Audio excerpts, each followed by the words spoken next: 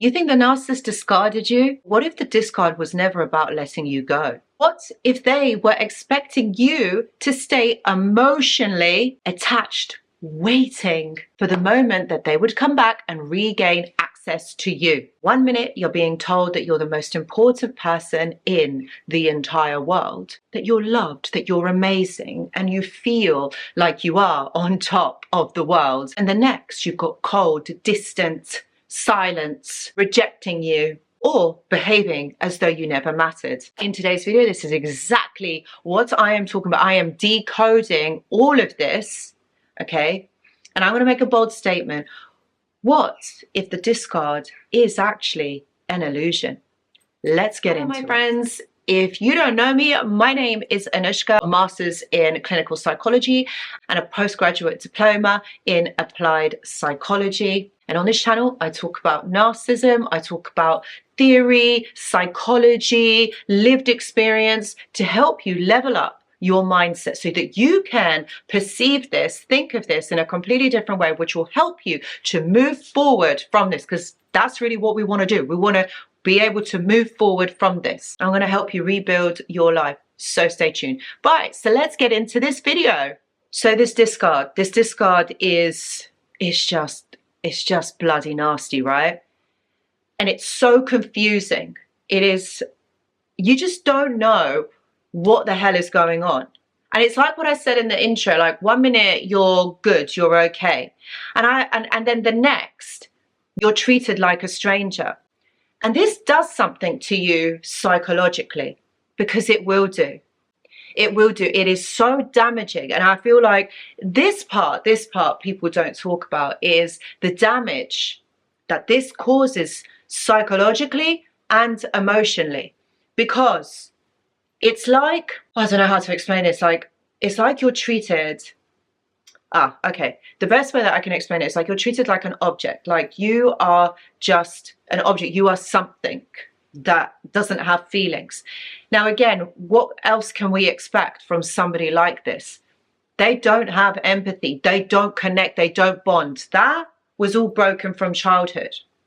So when we're in relationships with people like this, when we have romantic entanglements, because that's what I'm going to call it, a romantic entanglement with people like this, we never think that they will behave like this, do this, because let's face it, we would have run a mile. We would not be in these situations, but we don't notice this. And also, I think one of the hardest things to kind of, fathom and get round in our minds is how someone who loves you so much says that they love you so much, and they kind of show you at the beginning with all their love bombing and all of that. You think that, yeah, this person, like they come across as your soulmate. And what we can't understand is how this basically changes. And if you really think about it, it changes in stages throughout the relationship. But we don't notice this because at that point, we are come accustomed to it. We make excuses for that person. Oh, maybe they're having a rough time. Maybe they're tired. Maybe they're stressed from work, whatever, blah, blah, blah. Yeah. So we don't want to accept it. We don't want to see it because we would never think that somebody would be this evil and dismissive the way that they are. It is only later that we come to this conclusion that these people are actually like this, that they do this to you, where 1 minute that you're okay, like the affection disappears. And I think also, you become blocked or you don't have access to that person. And you don't even know why. I think this is where it gets a lot of us, is not having an understanding why. Because the reason why it hurts is because we work on patterns. We need to understand behaviors. We need to have closure. As human beings, we need to have closure. We need to have understanding, because you can't ever really move on. If somebody doesn't say, okay, it's the end, or they stop talking to you, so where are you? Where are you left? You're literally in no man's land. You're literally the hanged man. That's what you are. You're in a twilight zone. You don't know what's going on. So what do? Do you stay still with this person that they are treated like this, waiting for them to come back to give you some sort of explanation? Or do you close the door and move forward? And I think a lot of us make the healthy decision to close the door and move forward. But the problem here is that these creatures show up again. You hear from them again. And this is the problem. Why the discard is an illusion. Physical rejection doesn't automatically mean emotional detachment. Someone can move on in their life while still wanting your attention. This is the problem. They still want your attention. And they have gone. They may have moved on. They might be with somebody new. Maybe. But they still want your attention. They're still circling back. Some people maintain psychological access through intermittent contact. So at this point, it doesn't mean that it is going to be a relationship or it's not going to be a relationship like it was before. But we've got to think about what that does to you. You've closed the door, moved on, right? But this person doesn't let you. So if we allow this person to come back in, they are the ones, okay, that are keeping us stuck, because we're also allowing them to keep us stuck. And this is where we've got to reject. This is where we've got to say no. The narcissist wants access to you because that's how they have been programmed.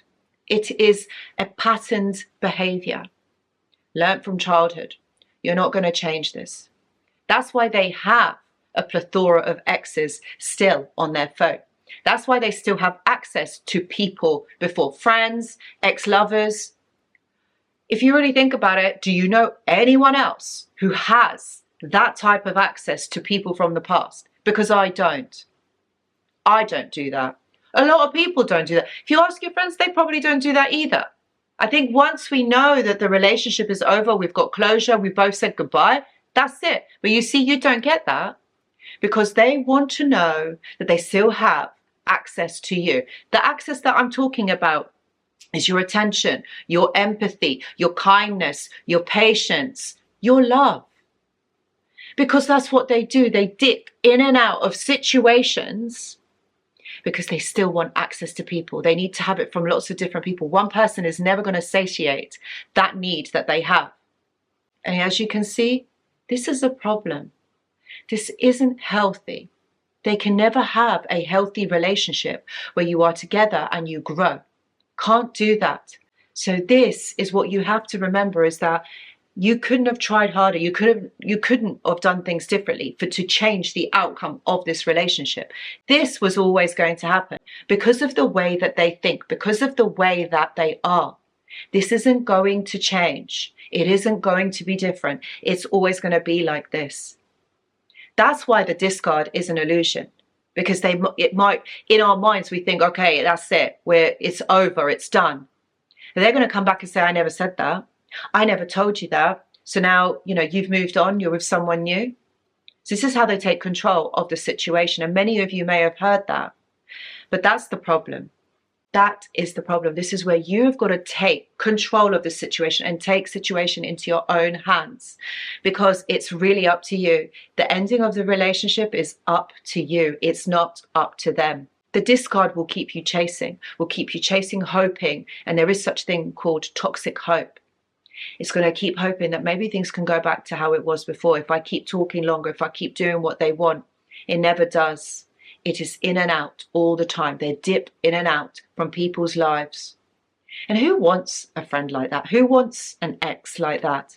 It stops you from moving on. It stops you from living your life. But it works for the narcissist because it's getting their needs met. And this is why sudden rejection is so powerful. The relationship has contained really extreme highs and lows. It keeps you trauma bonded to that person, unable to let you go, because it feels so good to have that validation from them, because you rely on their emotional validation, their emotional regard towards you.